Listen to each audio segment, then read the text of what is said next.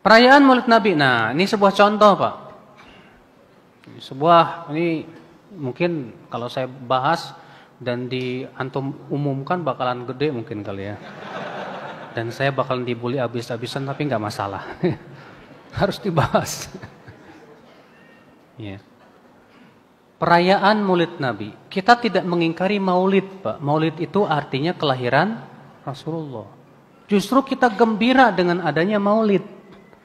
Setiap mukmin wajib gembira dengan kelahiran Rasulullah SAW. Cuma yang jadi masalah adalah perayaannya ini, Pak.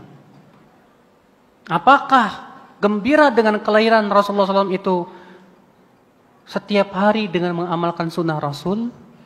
Ataukah dengan bikin acara-acara, ritual-ritual tertentu di situ? Ya.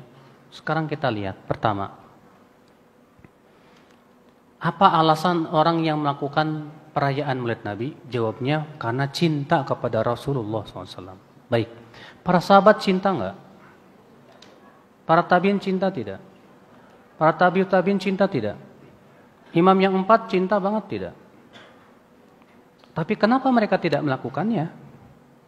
Karena perayaan Maulid Nabi baru muncul pada tahun 362. Dan yang melakukannya Banu Fatimiyah Syiah yang ekstrim. Sebagaimana dikatakan Imam Al-Maqrizi dalam kitab beliau yang berjudul Al-Khutut Al-Aridah. Orang yang mengatakan bahwa perayaan Maulid Nabi itu yang pertama kali melakukannya Salahuddin Al-Ayyubi salah besar. Iya. Karena bukti-bukti dari para ulama telah jelas menunjukkan bahwa itu baru muncul pada zaman Banu Fatimiyah, Syiah yang ekstrim. Oke, taib.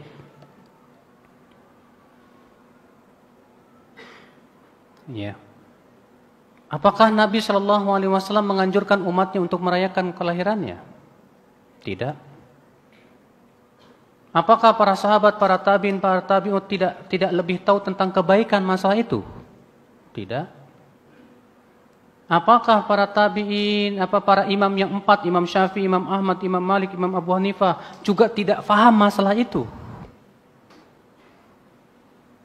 Pak, ini permasalahan nih, Pak. Kenapa mereka tidak lakukan? Padahal, pertama, mereka mampu melakukannya. Pendorongnya ada, yaitu cinta. Tapi kenapa mereka tidak lakukan, Pak? Adapun riwayat-riwayat yang disebutkan, siapa yang mengagungkan maulidku, maka ia dapat syafaatku. Itu hadisnya palsu, Pak. Riwayat-riwayat semua itu palsu. Maka dari itulah, Pak, kalau saya memandang bahwa perayaan seperti ini, ya, termasuk bab khilafiyah bukan ijtihadiyah. Saya memandangnya begitu. Khilafiyah betul khilafiyahnya. Tapi ijtihadiyahnya saya tidak memandang itu termasuk ijtihad yang diperbolehkan. Kenapa? Karena sama sekali ternyata sahabat, tabi'in, tabi'ut tabi'in, imam yang 4 pun tidak merayakannya sama sekali. Padahal mereka lebih semangat kepada kebaikan. Mereka lebih mencintai Rasulullah SAW. Taib, gimana kalau kita rayakan setiap hari? Dengan cara mengkaji sunnah-sunnah Rasul, menghidupkan dalam kehidupan sehari-hari. Apa itu tidak bisa disebut merayakan juga? Kalau makna merayakan itu artinya bergembira dengan kelahiran Rasulullah SAW. Mana yang lebih besar, Pak? Merayakan dengan cara kita gembira mengkaji sunnah-sunnah Rasul dan menghidupkan dalam kehidupan sehari-hari. Kita gembira melaksanakan perintah Rasul, gembira meninggalkan larangan Rasul, atau cuma setahun sekali. Setelah itu hilang lagi. Yang nggak sholat tetap nggak sholat, yang mabok tetap mabok. Ya, akhi. Ya. Jangan Anda kira kita yang tidak mau ikut-ikutan merayakan tidak cinta Rasul. Cinta itu bukan hanya sebatas di lisan, tapi cinta itu akan terlihat dalam praktek dan amalan. Allah mengatakan dalam surat Ali Imran ayat 31, "Qul in kuntum tuhibbunallah fattabi'uni yuhibbukumullah wa yaghfir lakum dzunubakum." Katakan, jika kalian memang mencintai Allah, ikuti aku. Tuh lihat, cinta itu dengan cara apa? Ngikuti. Ya. Dan kemarin Pak, sudah kita bahas secara tuntas masalah bid'ah.